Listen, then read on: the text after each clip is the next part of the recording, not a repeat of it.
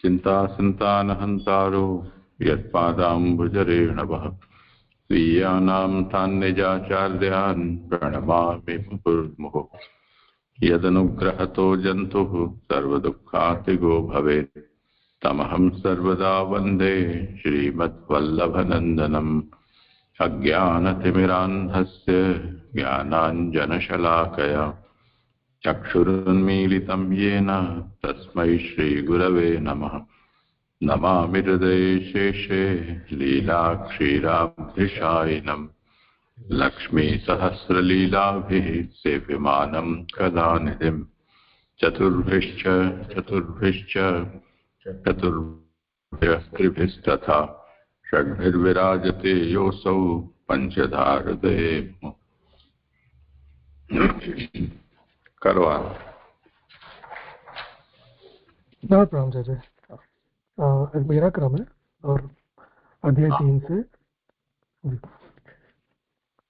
तो हमने श्रीमद् भागवत के जो सप्तधा अर्थ आचार्य चरणों ने किए हैं उसमें जो हम पहला स्कंद देख चुके और अभी दूसरे स्कंद के 2 अध्याय कल तक देख चुके। जो पहला प्रकरण भी था, प्रथम प्रकरण जो है तत्व ज्ञान तत्व निर्धार, वो हमने कल तक देखा। अभी आज से तीसरा अध्याय दूसरे स्कंद का और अध्याय के साथ ये दूसरा प्रकरण भी है स्कंद का, वो हम देखेंगे। तो पहले मैं पारायण करता हूँ पेज नंबर 83, पुस्तक का 83 है और पीडीएफ का पेज 114।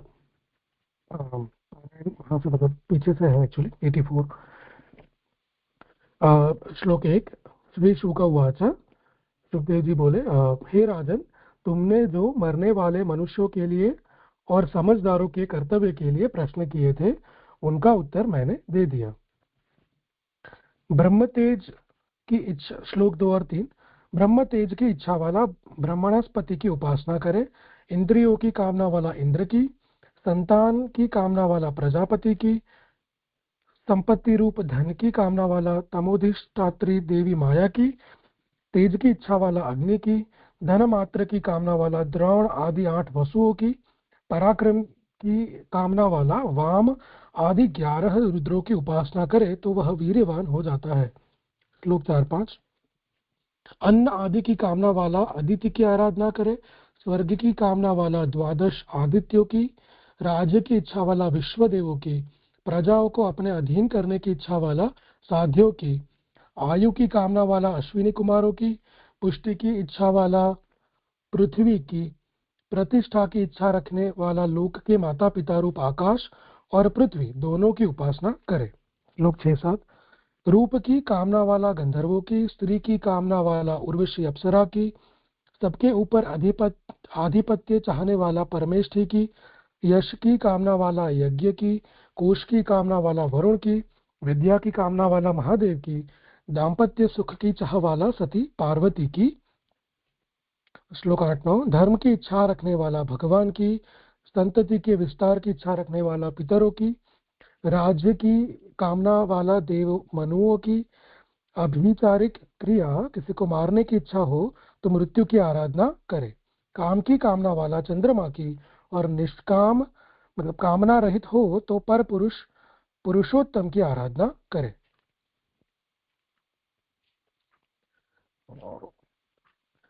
श्लोक 10।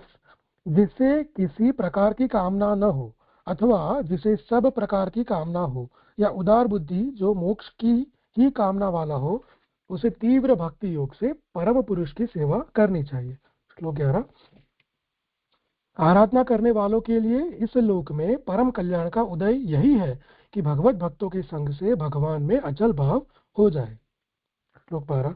जब हरि कथा श्रवण कीर्तन से सत्वादि गुणों की उर्मियों का भंवर एकदम निवृत्त हो जाता है और आत्मा में प्रसन्नता का अनुभव होने लगता है तथा ऐहिक और पारलौकिक विषयों से विरक्ति हो जाती है एवं मोक्ष मार्ग सम्मत भक्ति योग भी हो जाता है, तब ऐसा कौन सुख चाहने वाला होगा जो भगवान की कथा में अनुराग नहीं करेगा।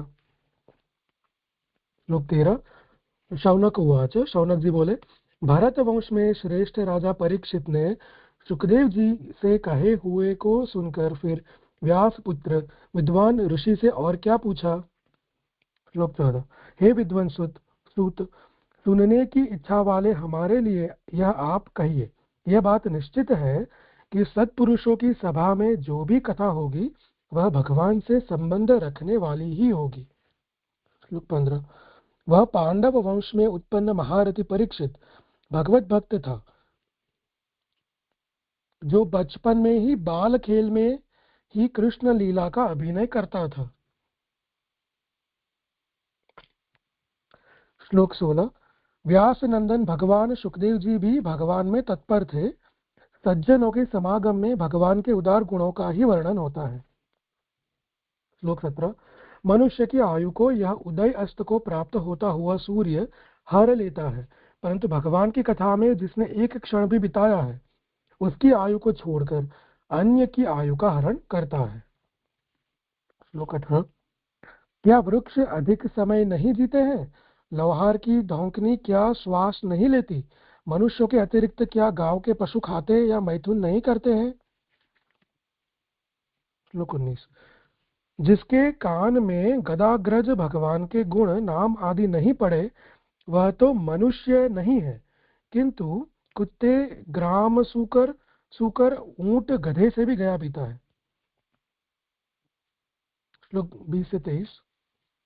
जिस मनुष्य के कर्णपुट भगवान के पराक्रमों का श्रवण नहीं करते वे कान नहीं है, वे सांप के बिल हैं।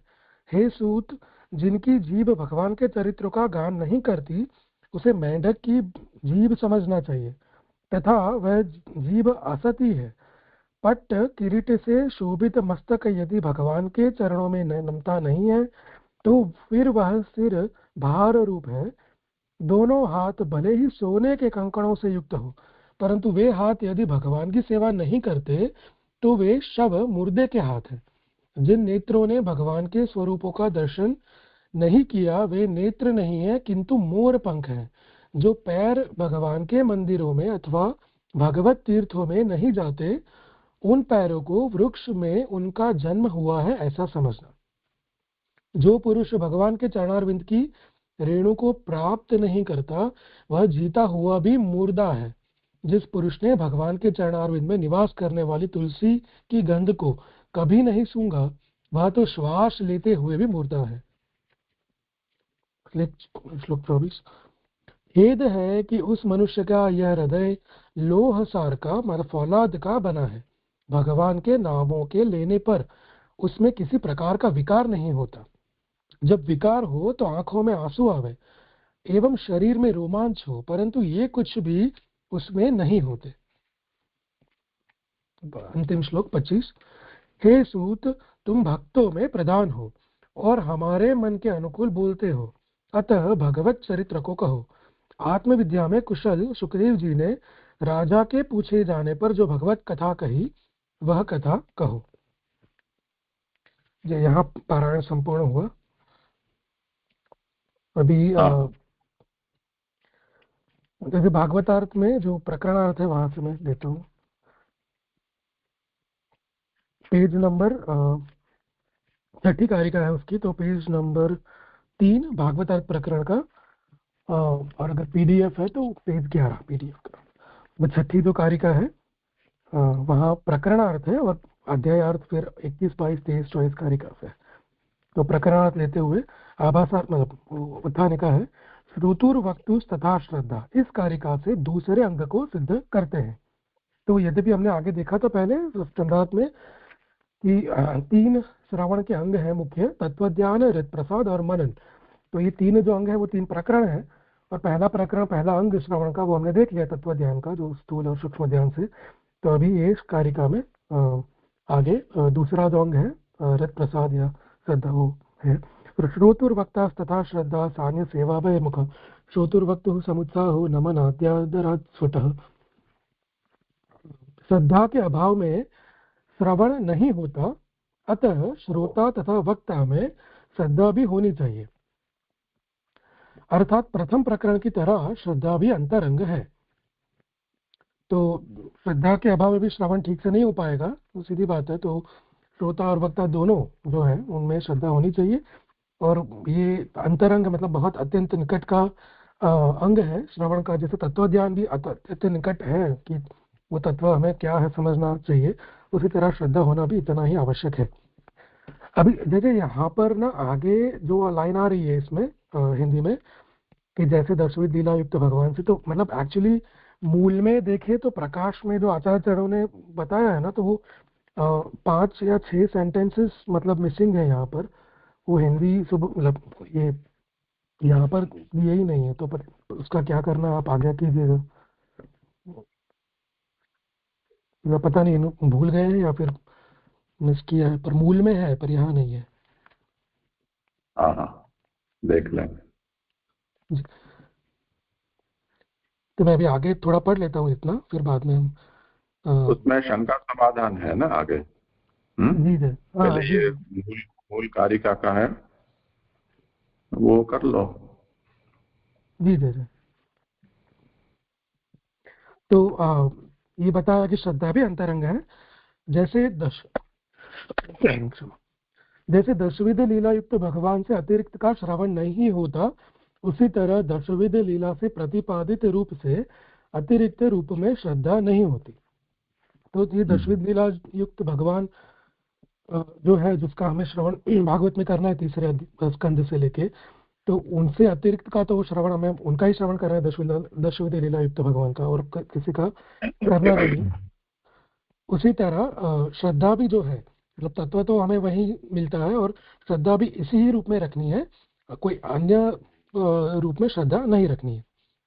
श्रोता की यदि अन्यत्र श्रद्धा होगी तो उसका श्रवण व्यर्थ होगा। अतः श्रोता में श्रद्धा का होना आवश्यक है। मतलब श्रोता जो सुनने वाले हैं अपने, तो उनका भी अन्य कोई जगह ये दशविधि लीला युक्त भगवान जो है, उससे अन्यत्र कोई दूसरे देव या उसमें श्रद्धा रही, तो ये जो पूरा श्रवण करेगा वो व्यर्थ ही है, क्योंकि फिर तो वो श्रम परिश्रम हो गया, कोई उसका फायदा नहीं होगा। तो ये बहुत आवश्यक है। और वक्ता की श्रद्धा तो नमन आदि के आदर से स्पष्ट ज्ञात होती है। तो वक्ता की श्रद्धा भी इंपॉर्टेंट है, तो वो बात कर रहे हैं कि वो तो चौथे अध्याय में आएगा। तीसरा अध्याय जो है वो श्रोता की श्रद्धा के लिए है, और चौथा अध्याय वक्ता की श्रद्धा के लिए, तो वो उसमें स्पष्ट हो जाएगा उनके आचरण से। तो ये यहाँ पर इसमें ये है कि विषय संक्षेप में लिया है। तो अभी जो पीछे का अंश पढ़ा ना अनुवाद के बाद, वो समाधान इन्होंने दे दिया है, पर जिस शंका के समाधान में ये बात आई है वो शंका यहाँ नहीं दी है। तो वो शंका का स्वरूप यहाँ इस तरह से समझना चाहिए कि जब मूल में ये कहा कि जो श्रोता है उसकी वक्ता में श्रद्धा होनी चाहिए, ये श्रवण का दूसरा अंग है। क्योंकि यदि ऐसा न हो तो श्रवण ढंग से नहीं हो पाएगा। अब जो प्रथम प्रकरण है उसमें ये बताया जो कि श्रवण का जो प्रथम अंग है वो शक्ति तात्पर्य का निर्धार। तो जैसे शक्ति तात्पर्य का निर्धार श्रोता में होना आवश्यक है, उसी प्रकार से है वक्ता में श्रद्धा भी उसके लिए आवश्यक है। ये मुख्य बात बताएगी। उसके बाद ये शंका यहाँ आ रही है कि पहले प्रकरण में ये बताया कि सब कुछ भगवान ही है, तो पदार्थ मात्र भगवान ही है। इसलिए भगवद्वाचक जितने भी वर्ण पद वाक्य, इन सब का अर्थ भगवान ही होता है, ऐसा निर्णय वहां किया गया। तो अब सब कुछ भगवान ही है, तो अब यहाँ पर ये श्रद्धा का श्रवण में या श्रोता के अंदर वक्ता के प्रति या श्रवण के प्रति श्रद्धा होना, उसकी यहाँ उपयोगिता किस दृष्टि से कही जा रही है। उसमें ये शंका होने का कारण ये है कि सर्वत्र श्रद्धा का हो पाना संभव नहीं है। ये शंका होने के पीछे का कारण है। और जो दशविध लीला विशिष्ट भगवान है वो केवल दशविध लीला ही करते हों ऐसा तो नहीं है, वो सर्वरूप भी वो ही तो है। तो सभी नाम रूप कर्म के रूप में वो भगवान ही है। ऐसे में यदि ये कहो कि श्रद्धा दशविध लीला विशिष्ट भगवान में होनी चाहिए, वो यहाँ पर श्रवण में अंग है, तो उस दशविध लीला विशिष्ट भगवान को और सबसे अलग कैसे किया जा सकता है, और उसमें नहीं क्यों किया जाता है? तो उसका कारण ये है कि जैसे भगवान का सगुण स्वरूप है, सगुण साकार, ऐसे ही निर्गुण निराकार व्यापक स्वरूप भी भगवान का है। तो यदि हम दशविध लीला करने वाले में ही श्रद्धा रखेंगे तो जो उन गुणातीत स्वरूप है उसमें श्रद्धा नहीं रहेगी। इसलिए श्रद्धा उपयोगी होते हुए भी कौन से रूप में श्रद्धा रखनी या किसमें नहीं रखनी, इसका निर्णय नहीं हो पा रहा है। तो इसके कारण श्रद्धा को यहाँ श्रवण में अंग कैसे माना जा सकता है, ऐसी यहाँ शंका हुई। इतनी ये शंका का स्वरूप है। उसके बाद उसका समाधान बताते हैं कि श्रद्धा इसलिए आवश्यक है कि श्रोता है वो दशविध लीला करता भगवान से अतिरिक्त और किसी में यदि श्रद्धा रखता है, उनका सेवन करता है, तो बहिर्मुख होगा। तो वो बहिर्मुख होगा तो सब व्यर्थ हो गया। इसलिए दशविध लीला करता भगवान में श्रद्धा होनी, ये श्रवण का अंग बताया। और इसीलिए कहते हैं कि जैसे दशविध प्रकार लीला करने वाले से जो भिन्न अन्य जो देव हैं उनका श्रवण निषिद्ध है, यानी विषय से भटका देने वाला होगा। किसी तरह इस दशविध लीलाओं को करने वाले जो भगवान हैं उनके और उनकी लीला के जो वर्णन में जिस स्वरूप को दिखाया जा रहा है उस स्वरूप से अतिरिक्त अन्य कोई स्वरूप में भी श्रद्धा नहीं होनी चाहिए। यानी भगवान ही देव दानव मानव सभी रूप में है, फिर भी जो श्रद्धा है वो भगवान में होनी चाहिए। भगवान ने जो धारण किए हुए अन्य देव दानव मानव आदि रूप हैं उनमें नहीं। इसलिए कौन से स्वरूप में श्रद्धा रखनी चाहिए, तो वो मूल स्वरूप में ही करनी चाहिए, ये बात कही है। तो इसी दृष्टि से ये मुख्य बात समझाने के लिए ही यहाँ भिन्न भिन्न कामनाओं होने पर किस देव का या देवी का भजन करना चाहिए उसका विस्तार से यहाँ निरूपण किया गया है। यानी वो सब भगवान से भिन्न हैं और वो भगवत भक्तों के लिए श्रद्धा के विषय या भजन के भजनीय के रूप में वो नहीं हो सकते हैं। तो उनको उनका व्यावर्तन करने के लिए कि इनका भजन है वो बहिर्मुख करने वाला होगा, इस बात को समझाने के लिए उन सब का विस्तार से वर्णन किया गया है। और दूसरा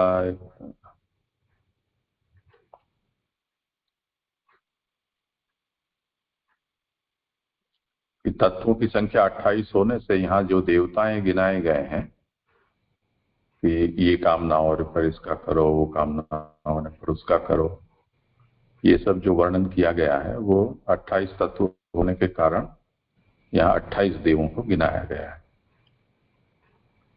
इसी तरह वेद में देवताओं की जो संख्या है वो 33 गिनाई गई है, वसु रुद्रादित्य इंद्र बृहस्पति ऐसा करके। तो अष्ट वसु, द्वादश आदित्य, एकादश रुद्र, बृहस्पति, इंद्र, या प्रकार भेद से अश्विनी कुमार और ऐसे गिनते हैं। तो वो 33 संख्या गिनाई गई है, उनका भी इसमें समावेश हो जाता है। तो यहाँ ये बताते हैं कि ये जो गिनाए गए जो देव हैं, उन देवों का भी, देवों के गुणों का यदि कोई श्रवण करता है तो वो भी उसकी श्रद्धा भटक जाने के कारण वो दशविध लीला वाले भगवान का श्रवण करने पर वो व्यर्थ होगा। इसलिए श्रोता की जो श्रद्धा है वो दशविध लीला के कर्ता भगवान के श्रवण में ही होनी चाहिए। इतना विषय यहाँ कहा जा रहा है। आगे पीछे जो भी अध्याय में वर्णित होगा वो धीरे धीरे स्पष्ट हो। तो एक प्रश्न था, मतलब मैं थोड़ा सोच रहा था इसके पर, तो मैं ये समझ नहीं, मतलब unable to explain myself only कि ये जो यहाँ श्रद्धा का जो प्रकरण आया ना, तो ये बात है श्रोता में और वक्ता में श्रद्धा होनी चाहिए। फिर ये श्रवण का अंग है, और वो समझ में आ तो रहा है कि किस तरह श्रवण का अंग है, क्योंकि बहुत इंपॉर्टेंट फैक्टर है श्रवण के लिए। किंतु ये श्रद्धा जो है वो इन अ वे अधिकारिता भी है ना, मतलब जो प्रथम स्कंद में अपने अधिकार लीला में देखे थे ना कि भाई जिज्ञासुता, अमात्सर्य, श्रवणादर, भगवत कृपा, भगवदीयता, वो सारे जो गुण आते थे उसमें, तो श्रद्धा भी जैसे अधिकारी का ज्यादा घटक हो ऐसा लग रहा है श्रवण के अंग से ज्यादा। तो वो कैसे समझे कि वो श्रद्धा को अधिकारी के गुण से ज्यादा यहाँ श्रवण के अंग तया बताया? तो क्योंकि डिपेंड तो अधिकारी पे ही करेगा ना कि जो कैसे, जो जैसा अधिकारी होगा उसका श्रद्धा का घटक कम ज्यादा रहेगा। तो ये थोड़ा मैं समझ नहीं पा रहा हूँ, मुझे प्रश्न स्पष्ट हो तो। करो समाधान, किसी को कुछ कहना हो इस प्रश्न पर। धन्यवाद ब्रह्म जी। ये मुझे इसमें ऐसा समझ में आ रहा है कि जो यानी प्रथम स्कंद में जो अधिकार का निरूपण हुआ है वहां पे तो यानी उत्तम, मध्यम और हीन, इन तीन अधिकारी को निरूपण हुआ है। तो उनका वो प्रश्न था कि खाली श्रवण ही लेके क्यों चल रहे हैं, बाकी के यानी जो गुण होने चाहिए उसका क्या। फिर वहां पे वही आता है कि यहाँ पे तो ये तीन अधिकारी तो समझा दिए, लेकिन सामान्यतया इस भागवत के जो श्रोता है यानी ये भगवत कथा के जो श्रोता है वो सामान्यतया जिसको श्रद्धा है वो भी इसका अधिकारी है, ऐसा भी वहां पे दिया आया था। तो यहाँ पे यानी भगवत कथा के लिए सामान्यतया जो श्रद्धा है जिनमें भगवान की, वो उसका श्रवण का अधिकारी है, ऐसे समझ में आ रहा है जी। मतलब भगवत कथा के लिए सभी अधिकारी है, राइट? जिसको भी, पर श्रद्धा जो है वो अधिकारी पे ज्यादा डिपेंड करती हो ऐसा लगता है, वर्सेस श्रवण का यहाँ अंग जैसे बताया ना, तो कि श्रवण का अंग क्यों है वो, अधिकारी का अंग क्यों नहीं? मतलब साधन लीला में ये है श्रद्धा, राइट? पर अधिकारी लीला में श्रद्धा जो है वो थोड़ा मुझे कोरिलेशन थोड़ा, मतलब भागवत कह रही है तो सही होगा, किंतु मैं नहीं। श्रद्धा के बिना फिर श्रवण का कोई मतलब नहीं ना लीजिए। यानी अगर जो श्रोता है अगर उसको श्रद्धा रहेगी तो ही श्रवण उसको कृतार्थ करेगी, वरना तो हम जैसे एक कान से सुन के दूसरे कान पे निकाल दे ऐसा हो जाएगा। तो यानी भगवत कथा के श्रद्धा यानी श्रवण का अंग श्रद्धा इसलिए बताया ताकि वो उसकी कृतार्थता हो, श्रद्धा होगी तो आगे बढ़ पाएगा। भागवतार्थ में यही इस बात को कर दिया ना, श्रोतुर वक्तुस तथा श्रद्धा सान्य सेवा बहिर्मुखा। यदि श्रद्धा नहीं होगी तो बहिर्मुख होगा, तो श्रवण व्यर्थ गया। यही तो बात है ना। तो श्रवण के लिए ही तो ये सब पूरी बात हो रही है कि वे क्या जो म्रियमाण है या सर्वथा क्या कर्तव्य है, तो श्रवण प्रथम है। तो अब श्रवण का अंग श्रद्धा है, इसमें ऐसी कोई अनहोनी बात तो कही नहीं है। जी जी, मतलब अगर अधिकारी कोई भी है, उत्तम, मध्यम, हीन, किंतु श्रद्धा बहुत इंपॉर्टेंट है। श्रद्धा अगर नहीं हुई तो उत्तम अधिकारी भी शायद हो तो भी मतलब कोई फायदा ही नहीं है ना, जैसे यहाँ बहिर्मुख हो जाएगा वो।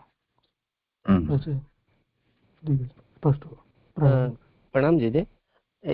एक इसमें ये सभी सोचा जाता है ना कि जैसे अपन जो अध्याय आ है इसी तृतीय अध्याय का कि बताया कि दो का निषेध है, अन्य देवताओं का निषेध है, और जो इंद्रिय जो है वो कि जिनसे सेवा नहीं होती है, इसकी जो है। आवाज बहुत तो कट रही है देव, कुछ समझ में नहीं आ रहा है।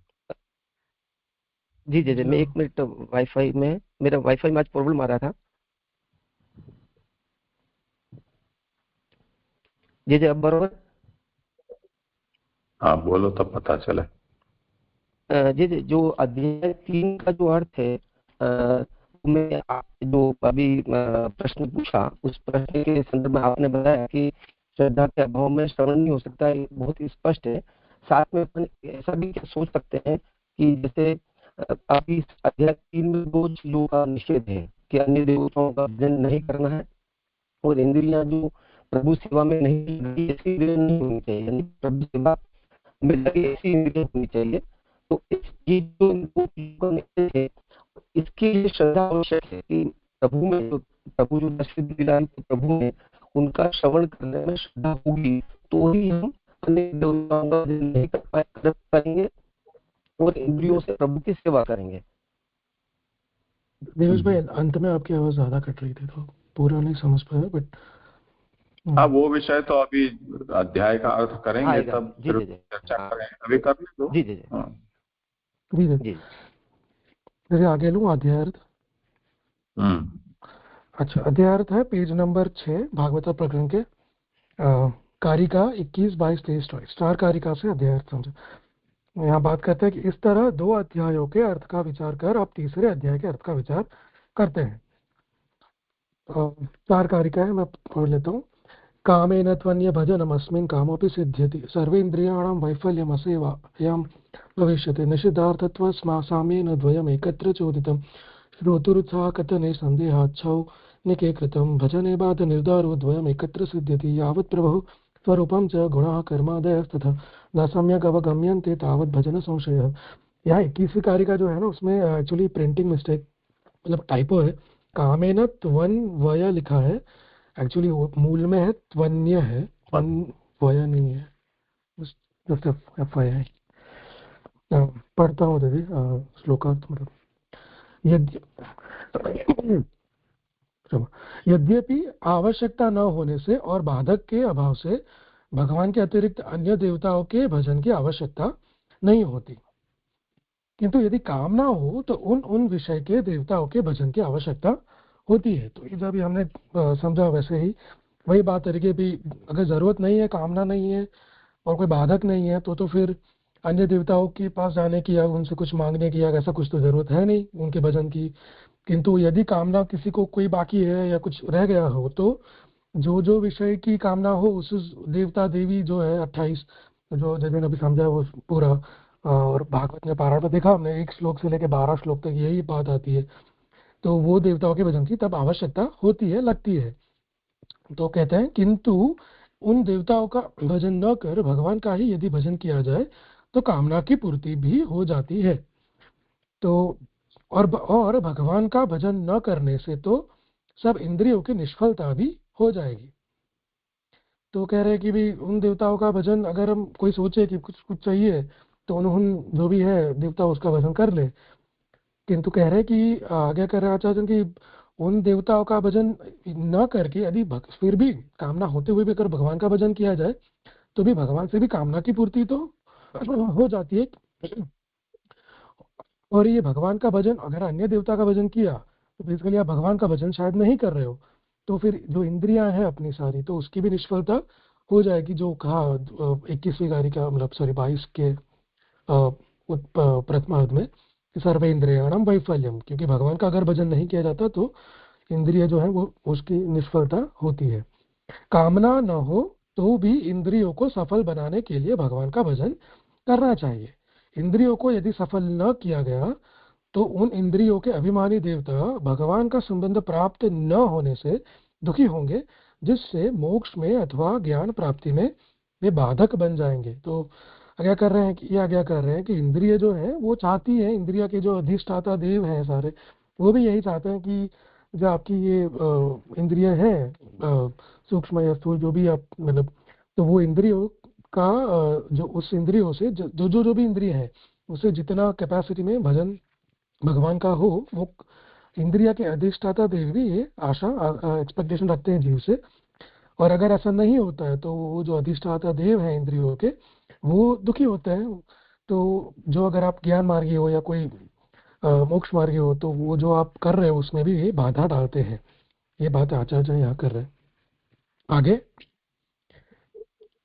इस तीसरे अध्याय में इस तीसरे अध्याय में अन्य देवताओं के भजन का निषेध जैसे किया गया है, वैसे ही भगवान के भजन का भी निषेध किया है। यह कैसे? इसका उत्तर देते हैं कि निषिद्धता की समानता होने से दोनों का निषेध एक ही जगह कह दिया है। तो यहाँ बेसिकली जो 22वीं मतलब कारिका में जो उत्तरार्ध है उसमें ये बात आ रही है कि भाई पहले तो कहा कि भी इतने देवताओं का भजन जो है वो निषेध है, मतलब अन्य देव, अन्य जहाँ बुद्धि है भगवान से, वो अन्य इतर जो देव है उसका भजन नहीं करना चाहिए, वो निषिद्ध है। उसी तरह यहाँ ऐसे लिखा है कि भगवान के भजन का भी निषेध है, किंतु एक्चुअली में देखे वो पुरुषोत्तम जी को भी थोड़ा और गुजराती में देखा था मैंने, तो उसमें ऐसा नहीं है कि भगवान का भजन का निषेध है। बात यह है कि जो अपनी इंद्रिय दुष्ट है, इंद्रिय अपनी जो है वो अगर दोष वाली है तो उससे वो भजन होगा भी नहीं, क्योंकि इंद्रिय में दोष है। तो वो उसके कारण वो जो है वो निषेध यहाँ है कि ऐसा नहीं करना है। तो और वो उसका उत्तर मतलब है यही कि निषिद्धता की समानता, वो निषिद्धता की जो समानता है उसमें ये समझना है कि भाई जो ना कहा है वो दो चीजों में ना कहा है। एक तो कि भी दूसरे जो अन्य देव है उसका भजन नहीं करना, वो भी निषिद्ध। और अपनी इंद्रियों को जो बताया कि सर्वेंद्रियाणाम वैफल्यम, तो कहे कि इंद्रियों को भी भगवत भजन के बिना की नहीं रखनी है, वरना इंद्रियों में दोष आ जाता है या इंद्रिय के अधिष्ठाता देव अप्रसन्न होते हैं। तो ये दोनों चीजों का निषिद्ध, वो दोनों ही निषिद्ध कर्म है कि अन्य देव का भजन नहीं करना और इंद्रियों को, अपनी इंद्रियों को भगवत भजन के बिना नहीं रखनी। तो वो जो है वो निषिद्धता की बात है यहाँ पर, ऐसा मेरी समझ में आता। आगे ले रहा हूँ। इस तीसरे अध्याय में श्रोता की श्रद्धा का कथन है।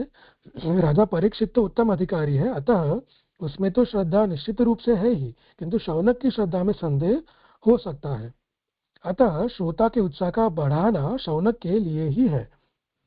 तो ये बात कर रहे हैं कि भाई ये तीसरा जो श्रद्धा का प्रकरण, हरित प्रसाद चित्त प्रसन्नता जी प्रकरण हम देख रहे हैं, तो तीसरे अध्याय और चौथा अध्याय, दो अध्याय हैं प्रकरण के। तो पहला जो तीसरा अध्याय है मतलब वो उसमें श्रोता की श्रद्धा की बात है।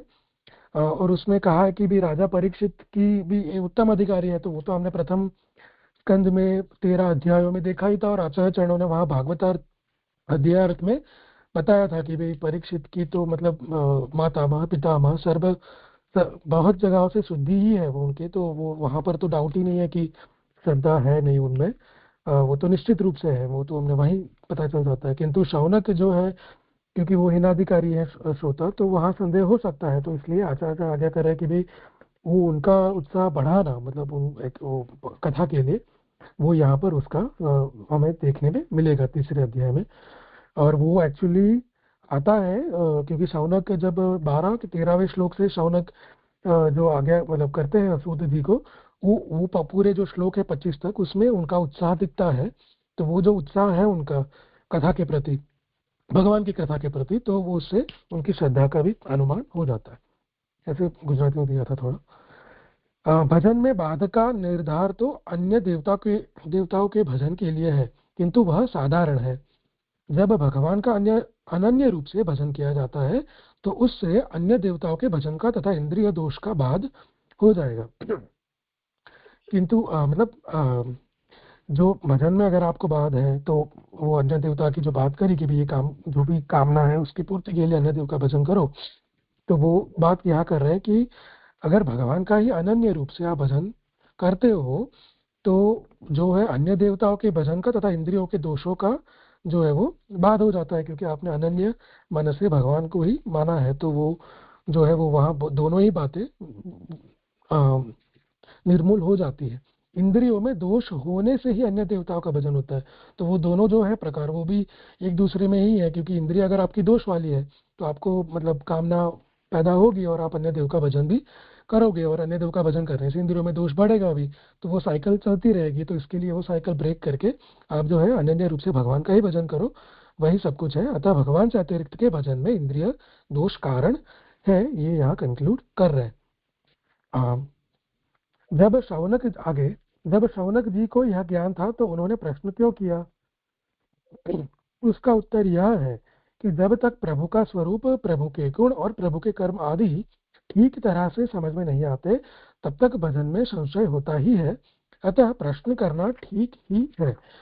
तो ये कह रहे हैं कि शौनक जी को ये पता था कि अनन्य भजन करना है भगवान का, तो उन्होंने प्रश्न क्यों किया? तो ये बात कर रहे हैं कि उन्होंने जो प्रश्न 36 दूसरे अध्याय के 36वें श्लोक में जो हमने देखा लास्ट में, तो उससे पता चलता है कि उनको पता है कि भगवान ही वो है। तो फिर ये यहाँ पर श्लोक 13 से लेकर 25 तीसरे अध्याय के उसकी बात करें तो यहाँ पर ये प्रश्न क्यों कर रहे हैं वो, तो वो है कि भाई जब तक आचार्य चढ़ाव्या कर रहे हैं 24वीं कारिका में कि जब तक प्रभु के स्वरूप, गुण, कर्म और आदि ये जो ठीक तरह से उनका भगवत चरित्र समझ में नहीं आता तब तक भजन में संशय होना स्वाभाविक है। तो ये प्रश्न भी उनका ठीक है, ये बात यहाँ कर रहे हैं। तो वो आगे हमें प्रश्न उनके जब आएंगे तीसरे अध्याय में तब देखेंगे। यदि अध्यार्थ हुआ कुछ और विचार नहीं। जी कृष्ण जी है यहाँ पे जो यानी अन्य देवताओं के भजन का जो निषिद्ध किया, वैसे ही भगवान के भजन को भी निषिद्ध किया है, ये कैसे? इसके समाधान में कहते हैं कि निषिद्धता की समानता होने से दोनों का निषेध एक ही जगह कहा दिया है। ये थोड़ी स्पष्ट नहीं है। उन्होंने समझाया कि यहाँ पे यानी भगवान के भजन का जो निषिद्धता है वो दुष्ट इंद्रियों के कारण होगा, ऐसा इसलिए मना किया है, लेकिन तो स्पष्ट नहीं हो रही है। हाँ, करो समाधान। मेरा भी यही प्रश्न है। जी जी, दूसरा पैराग्राफ आ रहा है कि इस तीसरे अध्याय में अन्य देवताओं के भजन का निषेध जैसे किया गया है, वैसे ही भगवान के भजन का भी निषेध किया गया है। यह कैसे? तो इसका उत्तर देते हैं कि निषिद्धता की समानता होने से दोनों का निषेध एक ही जगह कहा दिया है। तो ये भगवान के भजन का निषेध जो किया है वो समझ में नहीं आया। जी अजय, मतलब वो मूल में भी वैसे ही लिखा है, तो इन्होंने ट्रांसलेशन तो वैसे ही किया है कि भाई देवता अनंतर भजन निषेधो भगवत भजन निषेधो। मतलब वो मुझे भी थोड़ा डाउट था, किंतु पर नानूलाल गांधी जी को वो रेफर किया तो उसमें ब्रैकेट में उन्होंने लिखा है कि भाई दुष्ट इंद्रियों, दोष वाली इंद्रिय से भगवान का भजन नहीं होगा। ये मतलब 1-2 नंबर करके दिया है। तो मतलब मैंने वहीं से ही समझा फिर कि जो सर्वेंद्रियाणाम वैफल्यम कहा है ना, तो वो उसकी बात कर रहे हैं, क्योंकि पहली कारिका में वो है कि भाई अन्य भजनम और दूसरा इंद्रियाणाम वैफल्यम। तो मतलब पता नहीं ऐसे क्यों लिखा है, क्योंकि पढ़ने में तो ऐसा ही लगता है कि भगवान के भजन का थोड़ी निषेध किया है, बट मतलब वो मैं फिर ये नानूलाल गांधी को रेफर करके मैं समझ रहा हूँ कि भाई वहाँ पर पुरुषोत्तम जी ने कोई आज्ञा करी हो या ऐसा कुछ हो, तो पता नहीं रहता।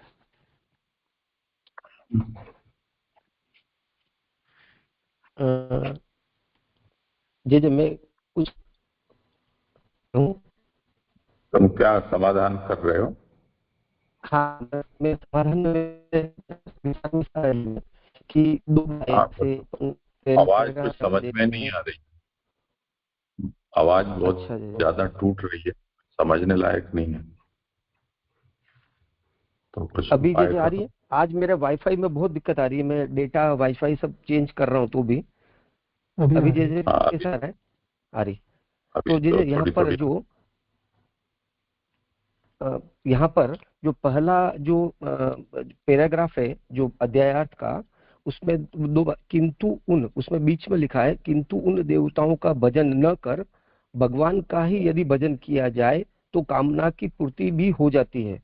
अब अन्य देवताओं का भजन का तो कामना पूर्ति के लिए निषेध आया, तो कोई ये सोचेगा कि चलो मैं कामनाओं की पूर्ति के लिए भगवान का भजन कर लेता हूँ, क्योंकि भगवान के भजन से मेरी कामनाओं की पूर्ति हो जाएगी। तो उसका भी निषेध है कि भगवान का भजन भी कामनाओं की पूर्ति के लिए नहीं किया जाना चाहिए। यानी निषेध अन्य देवताओं का भी हो रहा है, साथ साथ में भगवान का भी अगर कामनाओं की पूर्ति के लिए भजन हो रहा है तो उसका भी निषेध है। अब जैसे अभी बताया प्रस्तुतिकर्ता ने कि वहां पर बताया कि इंद्रियों की निष्फलता भी हो जाएगी, इसलिए भी बताया कि इंद्रियों की सफलता कब है कि जब वो इंद्रियां प्रभु की सेवा करे। अगर वो प्रभु की सेवा नहीं करेगी तो वो इंद्रियों की निष्फलता है। इसलिए प्रभु की ही सेवा होनी चाहिए, अन्य कोई प्रकार की कामना से प्रभु की सेवा नहीं होनी चाहिए। तो निषेध दोनों हुआ, देवताओं का निषेध और प्रभु की सेवा अगर कामनाओं के पूर्ति के लिए की जा रही तो उसका भी निषेध। ऐसा आशय जैसे मुझे लग रहा है यहाँ।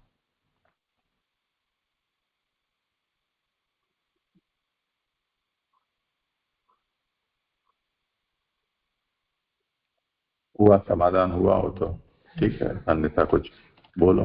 जी जी जी, यानी ऐसे ही लेना कि यानी अगर कामना की पूर्ति के लिए अन्य देव का और भगवान का ही भजन नहीं करना तो मुझे वो समझ में आया है। अगर कामना की पूर्ति के संदर्भ में है तो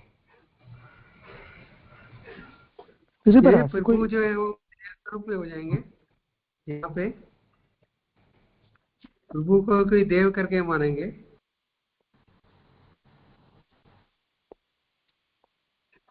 क्या पूछ रहे हैं, किसको पूछ रहे हैं? हाँ, वही कि यहाँ पे भगवान को भी देव मानेंगे ऐसे, अन्य देवताओं की तरह भगवान को भी देव मानेंगे ऐसे। देव करके मानेंगे नहीं, अन्य प्रभु को देव करके नहीं मान रहे हैं, लेकिन जहाँ आ रहा है ना कि कामनाओं की पूर्ति के लिए देवताओं का भजन नहीं करना है, फिर आगे आ रहा है भगवान का ही यदि भजन किया जाए तो कामनाओं की पूर्ति भी हो जाती है। तब विषय कामना की पूर्ति के लिए भगवान का भजन की चाहना है, देवता करके नहीं। देवताओं का तो भजन वो नहीं कर रहा है, अब प्रभु का भजन वो सोच रहा है कि चलो सब देवताओं, जैसे जे ने भी बताया कि सभी जो देवता हैं वो 28 तत्व रूपा हैं और इस तरीके से वो सब तत्व रूप प्रभु बने हैं, तो मैं उन देवताओं का नहीं, चलो भगवान का भजन कर लेता हूँ उन कामनाओं की पूर्ति के लिए, तो उसका भी निषेध है।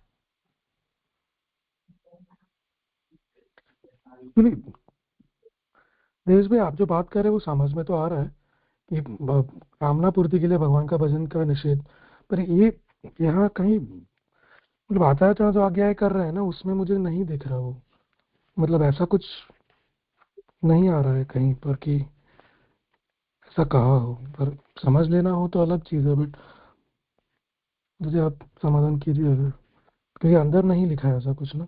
ऊपर यहाँ तो लिखा है कि उन देवताओं का भजन न कर भगवान का ही यदि भजन किया जाए तो कामना की पूर्ति भी हो जाती है, और भी वैसे ही है जैसे। फिर आगे की जो पंक्ति है ना वहां से इसका अर्थ निकल रहा है, और भगवान का भजन न करने से तो सब इंद्रियों की निष्फलता भी हो जाएगी। अब इंद्रियों की निष्फलता का कारण बताया कि इंद्रियों के अभिमानी देवता वो प्रभु के साथ संबंध रखते हैं, वो दुखी होंगे अगर हम प्रभु की सेवा नहीं करेंगे। तो अब प्रभु की सेवा होनी चाहिए, भजन प्रभु का होना चाहिए, कामनाओं की पूर्ति के लिए प्रभु का भजन नहीं होना चाहिए। इस आगे के पैराग्राफ में जो पंक्तियां आ रही है इसी पैराग्राफ में, उससे मैं वो आशय ग्रहण कर रहा हूँ। अच्छा, पर वहां पर आशय मुझे ऐसा लगा कि अगर कामा भावे भी जो कहा है मूल में, तो वैसे कि इंद्रिय जो है वो इंद्रिय के देव, क्योंकि आगे ऐसा कहा है ना कि तत्त अभिमानी देव जो है इंद्रिय के, वो भगवत संबंध न होने से दुखी होते हैं। तो बेसिकली बाय डिफॉल्ट अपेक्षा इंद्रियों की भी वही है कि वो भगवत भजन में प्रवृत्त हो, पर एक्चुअली यहाँ पर नहीं दिया है। किंतु आचार्य चरणों ने कोई 7वें स्कंद का भी एक रेफरेंस लिया है ओरिजिनल में, कोई अग्नि प्रवेशति करके कोई न्याय है वहां पर कि इंद्रिय अगर भजन नहीं करती तो वो मतलब उनका, अगर आपको इच्छा हो कि ना हो तो नहीं करती, तो भगवान का भजन नहीं करती तो विफल है। मतलब मैं थोड़ा नहीं समझ क्लियरली, जो आचार्यों की आगे है उससे समझ नहीं पा रहा हूँ, जो आप कह रहे हैं वो समझ में आ रहा है, पर वो आचार्यों की बात में झलक नहीं रहा जैसे, ऐसा मुझे लग रहा है।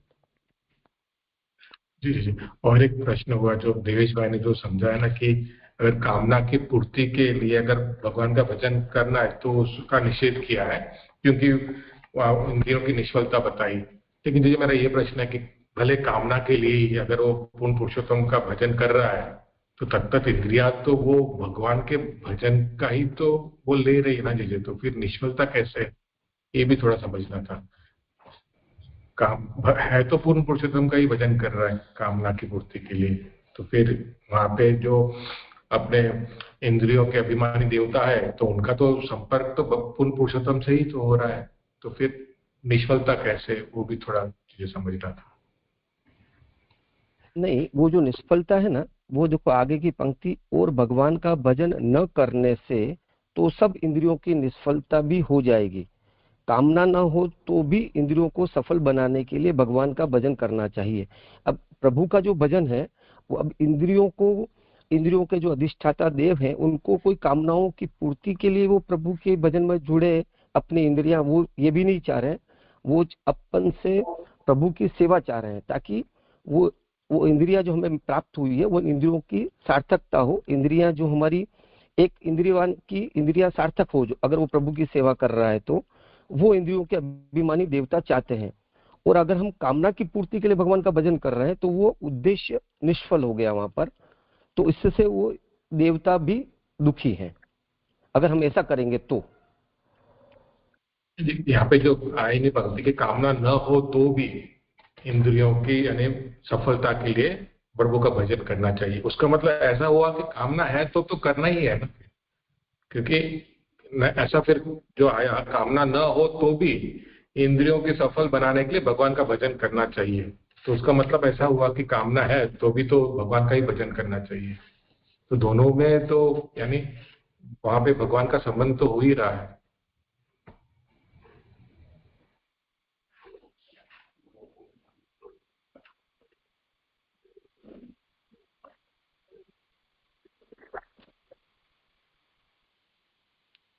एक्चुअली ये तीज आपने पारायण किया ना, जो उसमें 10वां श्लोक जो आया ना तीसरे अध्याय में, वही उधर ही वही बात है कि अकामा सर्व कामो वह, मतलब कोई कामना हो या सारे काम हो, दोनों ही सिचुएशन में भगवत भजन करना चाहिए ऐसा। तो मतलब उस हिसाब से सही समझ सकते हैं कि कामना कोई भी कामना ना हो या सारी की सारी कामनाएं हो, दोनों केस में भगवत भजन कहा गया है 10वें श्लोक में।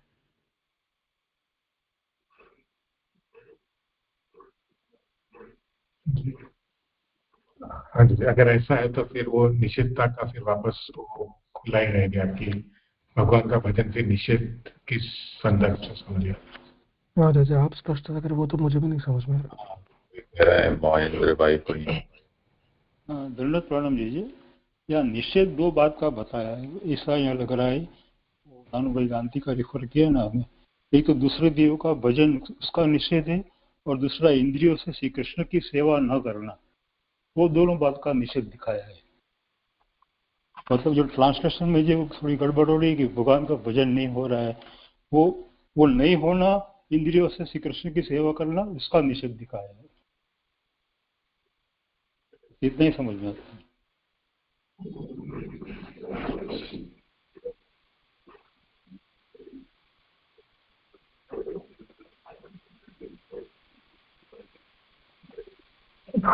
स्पष्ट नहीं हुआ जी स्पष्ट।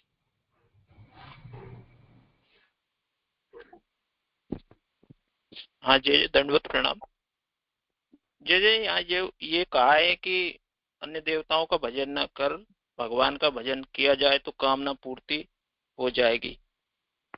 तो जय वहाँ ग्रंथ में वो जो कहा है, लोकार्ति चेत भजेत कृष्णम क्लिष्टो भवति सर्वथा, तो क्लिष्टो अपि भजेत कृष्णम तो लोको नश्यति सर्वथा। तो जय यहाँ ये पूर्ति हो जाएगी, ये बात वहाँ पुष्टि के परिप्रेक्ष्य में वो अलग है, ये अलग है, कुछ समझ नहीं पड़ा।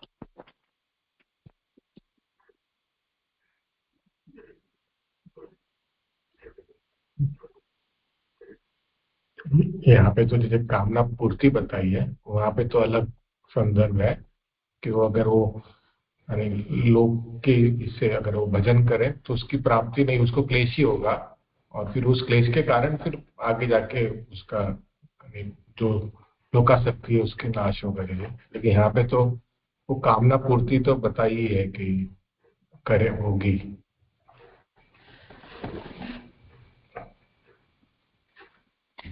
देखो, इसमें आचार्य चरणों ने जो लिखा है और यहाँ जो अनुवाद किया गया है वो तो बरोबर ही है, उसमें कोई संशय नहीं है। आचार्य चरण यही कह रहे हैं, आज्ञा कर रहे हैं कि नु एकस्मिन अध्याये कथम अर्थद्वय निरूपणम, दो बात कैसे यहाँ कही गई है एक ही अध्याय में। एक और तो देवतांतर भजन निषेध हो और दूसरी ओर भगवत भजन निषेधश्च। तो अन्य देव का भजन मत करो, ये निषेध तो स्पष्ट है, और भगवत भजन का भी निषेध। भगवत भजन का निषेध का तात्पर्य हिंदी वालों ने नहीं किया है, रानू भाई ने इसको स्पष्ट किया है, न पुरुषोत्तम जी ने किया है। स्पष्टार्थ होने से ही नहीं किया होगा कि अध्याय का पारायण हमने किया, उसमें तो यही बात निकल रही है ना कि भगवत भजन करना चाहिए। निषेध तो भगवत भजन का आया नहीं है। निषेध जो आया है वो किस अर्थ से आया है कि जहां जो निंदा की गई है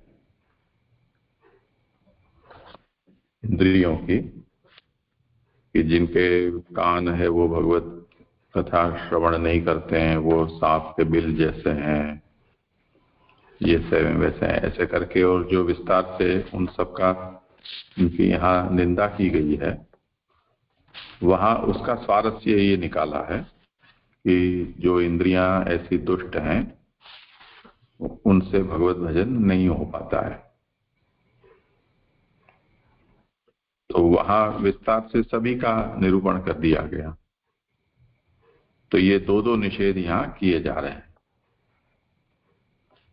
तो वो यहाँ दो निषेध क्यों किए जा रहे हैं, मतलब तात्पर्य क्या है कि भगवान का भजन नहीं करके और अन्य का कोई भजन कर रहा है तो क्यों कर रहा है? तो उसकी इंद्रियां दुष्ट है इसलिए कर रहा है ना। ये तो उत्तर हो गया, उसका समाधान हो गया।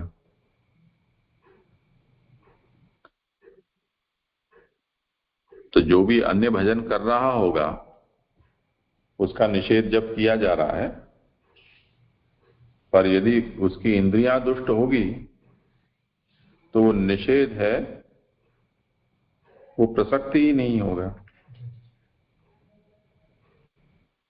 क्यों नहीं होगा? क्योंकि वो तो ये कह देगा कि इंद्रियां ही दुष्ट हैं तो मैं क्या करूं, ऐसे। तो ये दो निषेध क्यों किए जा रहे हैं वो बात यहां उठा रहे हैं।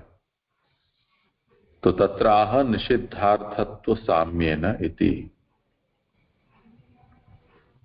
ये दोनों ही में जो निषिद्धता है वो समान है।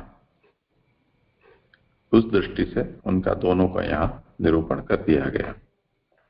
और जैसे इन्होंने अभी महेंद्र भाई ने बताया, वो भी यही बात है कि ये जो निषेध है वो इंद्रियों से कृष्ण की सेवा न करना। तो न करना उसका तात्पर्य है कि सर्वेंद्रियाणाम वैफल्यम असेवायाम भविष्यति। यदि भगवत सेवा नहीं की जाती है तो इंद्रियों की विफलता है। ऐसा व्यक्ति यदि ज्ञान मार्ग में भी है, ज्ञान साधना में वो तुमसे तक पहुंच गया है, तब भी वो यदि ये सोचता है कि अब उसको कुछ कर्तव्य शेष नहीं है, ऐसा सोचकर वो भगवत भजन नहीं करता है अपने देहेंद्रियों से, तो उस देहेंद्रिय के जो अधिष्ठाता देवता हैं उनका भगवत संबंध नहीं हो पाने के कारण वो उसकी मुक्ति के मार्ग में बाधा उत्पन्न करेंगे। तो इस दृष्टि से यहाँ जो निषेध है वो उसको यहाँ दो अर्थ में इस तरह से समझना। थोड़ा ब्रैकेट जैसे इन्होंने डाला, ऐसे ब्रैकेट डाल के और इसको समझना पड़ेगा कि भगवत भजन का निषेध यानी दुष्ट इंद्रियों से, दुष्ट इंद्रियां भगवत भजन नहीं करती हैं, ऐसा इस रूप में निषेध। उस रूप में निषेध यानी करना चाहिए, ये उसका तात्पर्य निकला है। वो तो कही भी चुके हैं आगे भी इस बात को कि अध्यायार्थ क्या है। तो अतो भजनावश्यकत्वाय तृतीयाध्याय, सभी इंद्रियां हैं वो भजन नहीं करने पर उनकी विफलता है, इसलिए भजन की आवश्यकता समझाने के लिए तीसरा अध्याय। अब कोई कहे कि भाई कामना हो तो इनका करे, कोई कहे मुझे कामना ही नहीं है, तो इंद्रियों की सार्थकता के लिए भी यदि ज्ञानी है, ज्ञान मार्गी को तो कोई कामना नहीं होती है जैसे कर्म मार्गियों को होती है सामान्यतया, तब भी उसको भजन करना चाहिए, ये सोचकर कि यदि मैं अपनी इंद्रियों को आराम देता रहूंगा और प्रभु कार्य में नहीं जोड़ूंगा तो उस इंद्रिय के देवता भगवत संबंध नहीं होने के कारण रुष्ट होंगे और मुक्ति के मार्ग में बाधा डालें। जी जी जी, अच्छी तरह स्पष्ट हो। जी जी प्रणाम, स्पष्ट हुआ। धन्यवाद प्रणाम। करो आगे। हाँ जज एक प्रश्न था यहाँ पे, ये तीसरा पैराग्राफ है, इसमें ये बात आई कि राजा परीक्षित तो उत्तम अधिकारी हैं, अतः उसमें तो श्रद्धा निश्चित रूप से है, किंतु शौनक की श्रद्धा में संदेह हो सकता है, अतः श्रोता के उत्साह बढ़ाना शौनक के लिए। जैसे तो यहाँ श्रोता का उत्साह बढ़ाने से क्या, इसको किस संदर्भ में लेना है? जैसे मुझे यहाँ ऐसा लगा था कि जो परीक्षित जी का है वो तो है कि कह दिया, किंतु ऐसे है कि अगर श्रद्धा होती हो जिसको, उसको उत्साह भी होता है, मतलब वो डायरेक्टली प्रोपोर्शनल जैसी चीज है कि अगर आपको कुछ सुनने की इच्छा है, मतलब आपको किसी सब्जेक्ट में श्रद्धा है कि नहीं वो कैसे पता चलेगा? तो यदि आप उसका श्रवण करना चाहते हो, उसका आप उत्साह बता रहे हो कि मुझे ये भी जानना है वो भी जानना है, तो वो जब उत्साह दिखता है, आप प्रश्न ज्यादा करते हो, तभी श्रद्धा का अनुमान लगा सकते हैं। उस संदर्भ में यह ऐसा कहा है कि अगर शौनक जी को श्रद्धा है कि नहीं वो कैसे पता चलेगा? तो उनका जो उत्साह दिख रहा है वो 25वें श्लोक से 14 से लेके 25वें श्लोक तक जो उनके पारायण में हमने देखा ना, वो जैसे बात कर रहे हैं तो उससे पता चलता है कि वो एक्साइटेड है, उनको सुनना है ज्यादा, तो वो बताता है कि उनको श्रद्धा है। ऐसे मैं समझ रहा था, जब सही गलत आप आगे करें। हाँ जैसे लेना है। 36वें श्लोक में उसने ये कहा ना, शौनक ने, उससे ये पता चलता है उसका अधिकार है। जी, मतलब यहाँ पे जो संदेह हो सकता है वो सूत जी को होगा, उसके लिए उत्साह बढ़ाने की बात है। जी जी धन्यवाद। जी जी जो मैं आगे लेता हूँ अभी, अध्याय 3 पहला श्लोक मेरा है अब तक, पेज नंबर 83 पुस्तक का, और 114 और PDF। अध्याय 3, द्वितीय साधन श्रोता का रक्तसात श्रद्धा, कामनाओं के अनुसार विभिन्न देवताओं की उपासना तथा भगवत भक्ति के प्राधान्य का निरूपण। विचार कारिका अथवा क्षणों की संग्रह कारिका है, वो पढ़ लेता हूँ। श्रोतव्य विषयत्वेन तत्त्वम् एवं निरूपितम्, उद्देशेनास्य निपुणं साधनं विनिरूप्यते, अदृष्टं साधनं वाच्यं दृष्टं चाप्यत्र सम्मतम्, अन्यथा क्रियमाणस्तु विमर्शो व्यर्थतां व्रजेत्, इन्द्रियाणामदृष्टत्वे अनुकूले तथेश्वर साध्यं सम्पद्यते पूर्णमतोऽत्र त्वमीर्यते, श्रद्धापि तदभिप्रायात् श्रोतुर्वक्तुश्च गम्यते, तस्मात् साधन संयुक्तः शृणुयात् नेतरो वृथा। कारिका के अर्थ है, पूर्व के अध्यायों में उद्देश्य रूप से श्रोतव्य विषयत्व से इस तरह वस्तु तत्व का निरूपण कर दिया। अब इसके फलोपकारी साधन का निरूपण किया जाता है। यहाँ अदृष्ट और दृष्ट साधन दोनों ही कहने चाहिए, अन्यथा किया जाने वाला विमर्श व्यर्थ हो जाएगा। तो जब इंद्रियां निर्दोष हो और ईश्वर अनुकूल हो, तब श्रवण कीर्तन रूप साध्य पूर्ण होता है। अतः यहाँ पर अदृष्ट और दृष्ट साधन दोनों ही कहे जाते हैं। इसे अभिप्राय का अनुसंधान करके श्रोता तथा वक्ता की श्रद्धा भी होनी चाहिए, यह भी जाना जाता है। इसलिए जो साधन से संयुक्त है वही ही इसका श्रवण करे, साधन रहित का श्रवण वृथा है। अभी यहाँ पे इतना ही दिया है, आगे तो आभासार्थ है। मुझे जितनी समझ में आई कि आचार्य ये आज्ञा कर रहे हैं कि जैसे पूर्व के 2 अध्यायों में तो हमने देखा कि और उसका मैंने देखा था उसमें, तो मूल में और गुजराती में तो ये अनुसंधान था कि पहले अध्याय के 5वें श्लोक में जो तस्मात् हरि भारत सर्वात्मा भगवान हरिरीश्वर श्रोतव्य कीर्तितव्य वो बात, और दूसरे अध्याय के 36वें श्लोक में भी नहीं, दूसरे अध्याय के 36वें श्लोक में भी वही है कि श्रोतव्य कीर्तितव्य। तो ये दोनों से ये पता चलता है कि श्रोतव्य विषय जो है, क्या सुनना चाहिए, क्या श्रवण करना चाहिए, तो वो जो है उसका तो निर्धार वहां पर हो गया। और अभी फल उपकारी जिससे फल होने वाला है तो वो साधन का निरूपण यहाँ पर है। अभी यहाँ जो अदृष्ट और दृष्ट साधन दो कहे ना, उसके ऊपर मुझे मतलब मेरी समझ ऐसी मुझे इतना पता चल रहा है, सही गलत से आप निर्णय कीजिएगा, क्योंकि अदृष्ट और दृष्ट दो साधन कहे हैं, उसमें ये जो अध्याय है उसमें जो हमने भी अभी देखा अध्याय में भी कि दो बातें हैं कि एक तो अन्य का वो नहीं करना है, मतलब अन्य देव का भजन, और इंद्रियों को भी सेवा में प्रवृत्त रखना है। तो वो जो है उसे यहाँ अदृष्ट और दृष्ट कह रहे हैं कि इंद्रिया निर्दोष हो, वो जो है वो मतलब क्रम से देखें तो इंद्रिया निर्दोष होना एक अदृष्ट साधन है और ईश्वर अनुकूल होना वो दृष्ट साधन है। तो ये दो जब हो तब बस श्रवण कीर्तन जो है वो मतलब साधन जो है पूरा वो पूर्ण होता है, और फिर ही आप आगे विमर्श तक कर सकते हो, क्योंकि यदि ये नहीं है तो फिर आप मनन विमर्श जो आगे का प्रकरण है वो कैसे करोगे।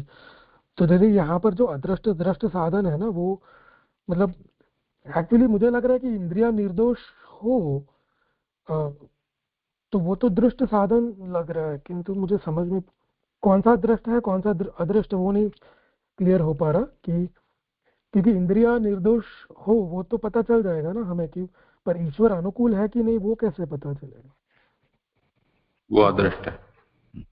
हाँ जी, और दृष्ट है वो इंद्रिया निर्दोष। तो वो दो साधन यहाँ पर जी जी ऐसे सब यहाँ पे तो ईश्वर अनुकूल हो उसका मतलब यानी कोई भगवत प्रतिबंध ना होना, ऐसे ही समझ लीजिए, क्योंकि यानी प्रतिबंध नहीं होगा तो ही तो श्रवण कीर्तन कर पाएगा। तो यहाँ पे दो बताए, यानी इंद्रिय का निर्देश होना वो तो दृष्ट आप समझाइए, और ईश्वर अनुकूल यानी कोई प्रतिबंध नहीं है भगवत वो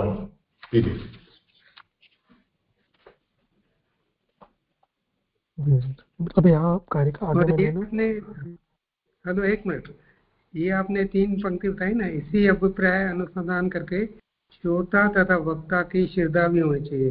तो जय ने करेक्ट कराया था ना, श्रोता में वक्ता की श्रद्धा भी होनी चाहिए, ऐसा जय करने का है। वक्ता में श्रोता में वक्ता की श्रद्धा भी होनी चाहिए, तथा निकाल देते हैं जय। वो तो फिर इतना वो आपत्तिजनक नहीं है, व्यक्ति में न होकर और वक्तव्य में इतना अंतर है वो।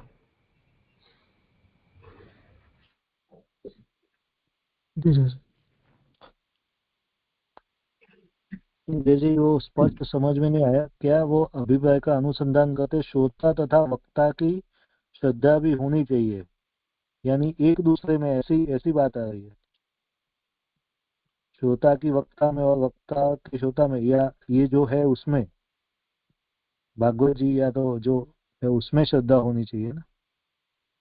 हाँ वो तो ये जो दूसरा प्रकरण तीसरा प्रकरण है उसमें 2 अध्याय उसी के लिए हैं।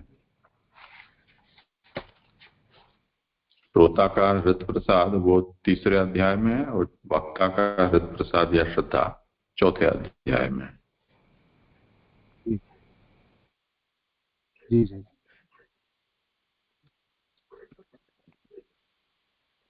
धीरे आगे लो अभासार्थ।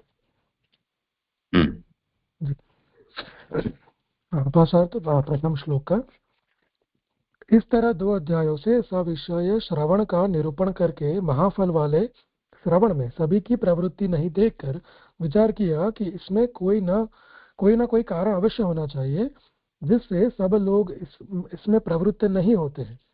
ऐसी आशंका करके विषय तो मतलब भगवत लीला जो है विषय श्रवण का, तो निर्दिष्ट है। अतः या तो करण माने इंद्रियों का दोष हो या इंद्रियों के अधिष्ठाता देवताओं का दोष हो, ऐसी आशंका करके विचार किया कि इन दोनों में भी अधिष्ठाता ही बलवान है, अतः वे ही इसमें रुकावट डालने वाले हैं। इसीलिए एक क्षण, यहाँ लेखकार का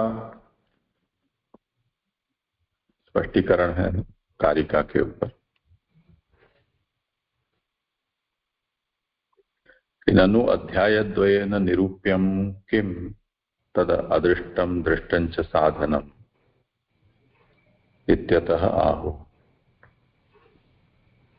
2 अध्यायों से निरूपण जो यहाँ दृष्ट और अदृष्ट साधन का किया जाना है वो क्या है, तो इंद्रियाणाम अदुष्टत्वे ह्यनुकूले तथेश्वरे, उससे उसका समाधान करते हैं। यानी इंद्रियां अदुष्ट हों और ईश्वर अनुकूल हों। तत्र अस्मिन् अध्याये, इस अध्याय में अन्य देव भजन निषेधेन इंद्रियाणाम अदुष्टत्व संपत्ति रूपम अदृष्टम साधनम उच्यते। लेखकार इन प्रथम को अदृष्ट कहते हैं। वो अदृष्टता का मतलब ये समझा रहे हैं कि जो अन्य देव के भजन का निषेध करके इंद्रियों की अदुष्टता, ये अदृष्ट साधन है। यानी इंद्रियों की दुष्टता या अदुष्टता वैसे तो हमें नहीं दिखाई देती है, इंद्रियां तो सबकी जैसी होती है ऐसी होती हैं। आंख में पानी डाल लो, कान में से मैल निकाल लो, दांत जीभ है अच्छी तरह साफ कर लो, नहा धो लो रगड़ रगड़ के। तो अब जो भी अगर थोड़ी बहुत बाह्य कोई भी गंदगी हो तो वो इंद्रियों की साफ हो जाती है। तो उस प्रकार की यहाँ अदुष्टता तो कोई तात्पर्य नहीं है उसका। पर यदि हमारी इंद्रियां अन्य देव के भजन में नहीं जा रही हैं, उनकी प्रवृत्ति उस दिशा में नहीं हो रही है, वो ही अपने आप में उसकी अदुष्ट होने का प्रमाण है। तो ये अदुष्टता है वो तो आंखों से दिखलाई दे ऐसी नहीं है, इसलिए इसको अदृष्ट कहा है। और अग्रिमे च जो दूसरा प्रकार है, यानी ईश्वर की अनुकूलता, उसको यहाँ 2, 4, 12 चौथे अध्याय के 12वें श्लोक में जो विरूपण है उससे बताते हैं। 12वें श्लोक में क्या कहा है? नमः परस्मै पुरुषाय भूयसे सदुद्भव स्थान निरोध लीलया गृहीत शक्ति तृतयाय देहिनाम अंतर्भवाय अनुपलभ्य वर्तमने। तो यहाँ सुखदेव जी हैं, वो स्तुति कर रहे हैं और इस स्तुति में भगवान को उन्होंने नमस्कार किया है। तो इस स्तुति में जो जिस प्रकार से भगवान का नमन किया गया है उसको लेकर कहते हैं कि नमः परस्मै इत्यादिना नमनेन ईश्वरानुकूल्य संपत्ति रूपम दृष्टम साधनम उच्यते इति विभागः। तो वहां उन ऐसे भगवान को नमन करके उससे ईश्वर की अनुकूलता की संपत्ति, यानी भगवान की अनुकूलता प्राप्त हुई है, ऐसा दृष्ट साधन यहाँ कहते हैं। तो अभी हमने जो सोचा था वो अंदाजन सबने सोचा था, पर लेखकार का ये मत है कि जो अदृष्ट साधन है वो इंद्रियों की अदुष्टता की संपत्ति, और दृष्ट साधन का मतलब ईश्वर की अनुकूलता।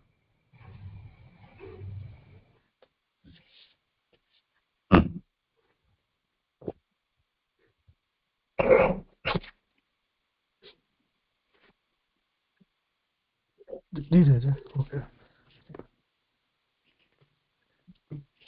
तो अभी आगे ये आभासार्थ में ये समझा रहे हैं कि भी 2 अध्याय से हमने देखा, आगे के पहले और दूसरे अध्याय से, कि श्रवण किसका करना है। तो वो जो है 10वीं लीलायुक्त तो भगवान का श्रवण करना है, किंतु सबकी प्रवृत्ति तो होती नहीं है इसमें। जो तो उसके लिए कह रहे हैं कि भाई क्या कारण हो सकता है कि सब ये नहीं कर रहे हैं, जितना स्पष्टतया दिखता है कि करना चाहिए। तो कह रहे हैं कि उसके कारण दो हो सकते हैं कि पहला बताया कि जो इंद्रियों का दोष हो, मतलब कर्ण जो है इंस्ट्रूमेंट, वो इंद्रिय है हमारी, तो उसका दोष हो सकता है, या फिर इंद्रिया का जो अधिष्ठाता अभिमानी देव है उनके, वो उनका दोष हो सकता है, मतलब वो शायद विघ्न कर रहे हो या कुछ, तो उसके कारण हो सकता है। और उसमें फिर बताया कि अधिष्ठाता देव जो है बलवान है, इंद्रियों के अभिमानी देव, तो वो उनका मतलब फोर्स ज्यादा है, तो हो सकता है कि वही रुकावट डाल रहे हैं इस श्रवणादि प्रवृत्ति में। ये तो आगे मैं पढ़ रहा हूँ, ऐसा निश्चय करके इंद्रियों के अधिष्ठाता देवताओं का भजन करना चाहिए, जिससे श्रवण आदि में आने वाला प्रतिबंध मिट जाएगा। अतः पहले तो अन्य देवताओं का भजन करना चाहिए और उसके अनंतर इंद्रियों का शोधन करना चाहिए। ऐसी आशंका करके उसका उत्तर देते हैं। तो ये शंका उठाई है कि भाई अगर इंद्रिय के अभिमानी देव जो है वो भगवान की श्रवणादि में प्रवृत्ति नहीं करवा रहे हैं, तो फिर उनका भजन कर लो, उनको रिझा लो, उनको खुश कर लो पहले, तो वो जो है वो प्रतिबंध नहीं करेंगे अगर खुश रहेंगे, प्रसन्न रहेंगे तो। और उसके बाद जो है वो इंद्रिय का शोधन, मतलब इंद्रिय शुद्ध अपनी वो करनी चाहिए भगवत श्रवण के माध्यम से। तो ये शंका है, ये कोई सिद्धांत नहीं है, शंका है। और उसका आगे बता रहे हैं कि यदि उसका उत्तर देते हैं, यदि अन्य देवताओं का भजन किया जाएगा तो फिर बहिर्मुक्ता आ जाएगी और वे देवता तो नियत फल ही दे सकेंगे। इसलिए प्रतिबंधक के मिटाने के लिए किया गया भजन दोषांतर रूप बन जाएगा। अतः उन फलों की नियतता का प्रतिपादन करने के लिए पहले पूर्व के तत्व विचार के साथ इसका कोई संबंध नहीं है, इसको बताने के लिए पूर्व प्रसंग का यहाँ उपसंहार कर देते हैं। तो कह रहे हैं कि शंका अगर कोई करे कि भी अन्य देव का भजन कर लो वो प्रतिबंधकता मिट जाएगी, तो कह रहे हैं कि भी ऐसा नहीं करना चाहिए, क्योंकि अगर वो करेंगे अन्य देव का भजन कोई भी उद्देश्य से, तो वो बहिर्मुक्ता ही अपने में प्रतिपादित करेगी, तो वो एक विशेष साइकिल में हम फंस जाएंगे बहिर्मुक्ता के। और अन्य एक बार आर्गुमेंट ये भी है कि वो देव जो है वो विभूति रूप है भगवान की, तो वो तो नियत जितना उनको मिला मतलब दे सकते हैं, वो तो लिमिटेड फल ही देंगे। तो वो जो है वो दोषांतर, एक तो दोष मिटाने के लिए आप ये कर रहे हो, और एक दूसरा दोष आपको लग रहा है ये अन्य देव के भजन से, तो मतलब वो जो है वो हमें नहीं करना है। तो वो तत्व विचार जो हमने किया उसके साथ यहाँ मतलब लास्ट लाइन पूरी समझ में नहीं आ रही, क्योंकि उन फलों की नियतता का प्रतिपादन करने के लिए, मतलब ये जो फल है अन्य देव से मिलने वाले वो लिमिटेड हैं, वो बताने के लिए यहाँ पर जो हमने 12 श्लोक आएंगे उसमें शायद वही प्रतिपादित होगा कि वो तो जितना उनको जो जिसके देव है वो वही दे सकते हैं ना। तो वो उसके विचार के साथ जो तत्व ध्यान का है उसका कोई संबंध नहीं है। वो यहाँ उपसंहार के रूप में आगे आगे कर रहे कि पहला श्लोक आ रहा है, मैं श्लोक ले रहा हूँ। श्री शुक उवाच एवमेतद् निगदितं पृष्टवान् यद्भवान् मम नृणां यन्म्रियमाणानां मनुष्येषु मनीषिणां। श्लोकार्थ है, हे राजन, तुमने जो मरने वाले मनुष्यों के लिए और समझदारों के लिए के कर्तव्य के लिए प्रश्न किए थे उनका उत्तर मैंने दे दिया। व्याख्या सुबोधिनी जी, तुमने जो मुझसे पूछा था मनुष्यों में जो मरने वाले हैं उनके लिए तथा मनुष्यों में जो समझदार हैं उन दोनों के लिए श्रवण आदिक तुम्हें कह दिए। तो यहाँ उपसंहारी कह रहे हैं जो सॉर्ट ऑफ कि 2 अध्याय में जो बात करी वो म्रियमाण और मनीषी नाम जो मतलब मरने वाले हैं जिनकी मृत्यु नजदीक है, और जो मनीषिणा माने समझदार है, बुद्धिमान है, उनके लिए क्या कर्तव्य है श्रवण, वो मैंने बता दिया। ये सुखदेव जी यहाँ आगे कर रहे हैं। देखिए यहाँ तक हो गया मेरा। मुझे एक प्रश्न है, मतलब क्यूरियोसिटी है कि जो आभासार्थ में जो बताया ना कि अधिष्ठाता देव जो है वो बलवान है तो वो रुकावट डालेंगे, और आगे हमने अध्यायार्थ में जे अर्थ में देखा कि आचार्य आज्ञा करते हैं कि वो सर्वेंद्रियाणाम वैफल्यम वाला, कि इंद्रिया के देव भी आशा रखते हैं कि भगवत भजन हो, क्योंकि अगर इंद्रिय के अगर अगर भगवत भजन हम इंद्रिय से नहीं करते तो इंद्रिय के देव जो है अधिष्ठाता, वो जो है वो दुखी होते हैं। वो आया था आगे, पर यहाँ ये उठा रहे हैं कि हो कि इंद्रिय के जो अधिष्ठाता देव है वो जो है वो रुकावट डालते हैं, श्रवण आदि में प्रवृत्ति नहीं हो रही। तो वो दोनों ना थोड़ा कॉन्ट्राडिक्टरी लग रहे हैं मुझे, कि इंद्रिय के, अरे ये बातें मैंने बहुत सुनी है कि भक्ति करने जाओगे तो इंद्रिय के देव जो होते हैं वो रुकावट ही डालते हैं, वो करने नहीं देते, क्योंकि उनको कोई ऋषा का भाव रहता है। पता नहीं कहाँ सुना पड़ा है, बट तो इसमें क्या समझना है कि इंद्रिय के अधिष्ठाता देव श्रवण आदि में रुकावट डालते हैं या फिर श्रवण ना हो तो दुखी होते हैं? वो किस कॉन्टेक्स्ट में कौन सी बात? हाँ, करो इस विचार का, किसी को कहना हो कुछ इस प्रश्न पर। जी मेरे को इस प्रश्न के संदर्भ में ऐसा आशय लग रहा है कि जैसे यहाँ आया कि सभी की प्रवृत्ति नहीं हो रही है श्रवण में, क्योंकि श्रवण का जो विषय है वो बताया कि श्रवण कितना आवश्यक है और श्रवण से जीव को क्या प्राप्त होता है। तो भी इतना महान फल देने वाला है श्रवण, फिर भी उसकी प्रवृत्ति सबकी हो नहीं रही है। तो ये अनुमान लगाया जा रहा है कि तो उसके कारण दो हो सकते हैं, या तो इंद्रियों का जो देव है वो या तो इंद्रियां जो निर्दोष नहीं है, दोष वाली है, वो दो इसके कारण हो सकते हैं कि जिसके कारण उसकी प्रवृत्ति नहीं हो रही है, शंका हो रही है। ऐसा वो देव कर रहे हैं ऐसा नहीं कहा जा रहा है, यहाँ सिर्फ शंका की जा रही है पूर्व पक्ष के द्वारा कि अच्छा श्रवण में सबकी तो प्रवृत्ति हम देख नहीं रहे, तो रीजन इसमें जो इंद्रियों के देव हैं जो बलवान है वो अवश्य बाधा पहुंचा रहे हैं, तो आप इसका कुछ उपाय बताएंगे। ये उसके मन में अभिलाषा है कि इंद्रियों के देव का जो पूजन आप हमको इसमें प्रदान करेंगे। इस संदर्भ में उसने आशंका करी है। यहाँ पर इस आशंका के कारण वहां महाप्रभु जी अध्यायार्थ में निर्णय प्रदान कर रहे हैं, तो इसलिए दोनों में कोई कॉन्ट्राडिक्शन मुझे लग नहीं रहा है। अच्छा, नहीं ये सही है आपकी बात। ये पूर्व पक्षी की आगे आर्गुमेंट, महाप्रभु जी का सिद्धांत नहीं है यहाँ पर जी, ऐसे ही देखना है ना जी।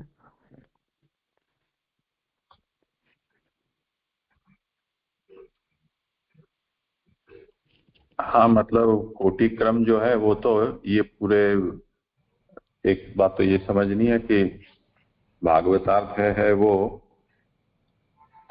प्रकरण और अध्याय का अर्थ बताता है, और यहाँ अभी हम श्लोकार्थ को देख रहे हैं।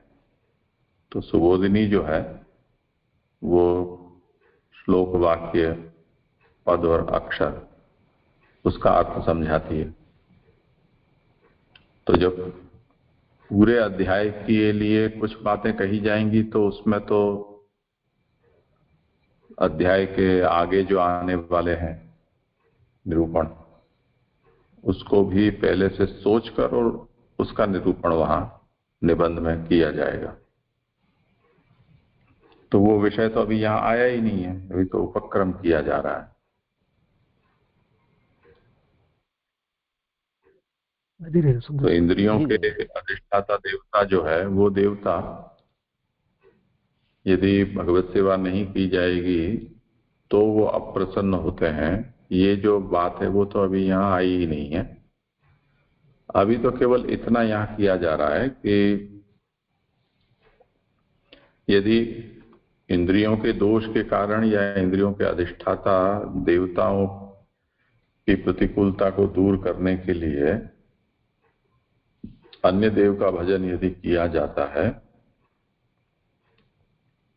तो वो जो देवता हैं वो किसी नियत फल को ही दे सकते हैं, ऐसी ही उनकी सामर्थ्य है। अनियत फल को वो नहीं दे सकते हैं।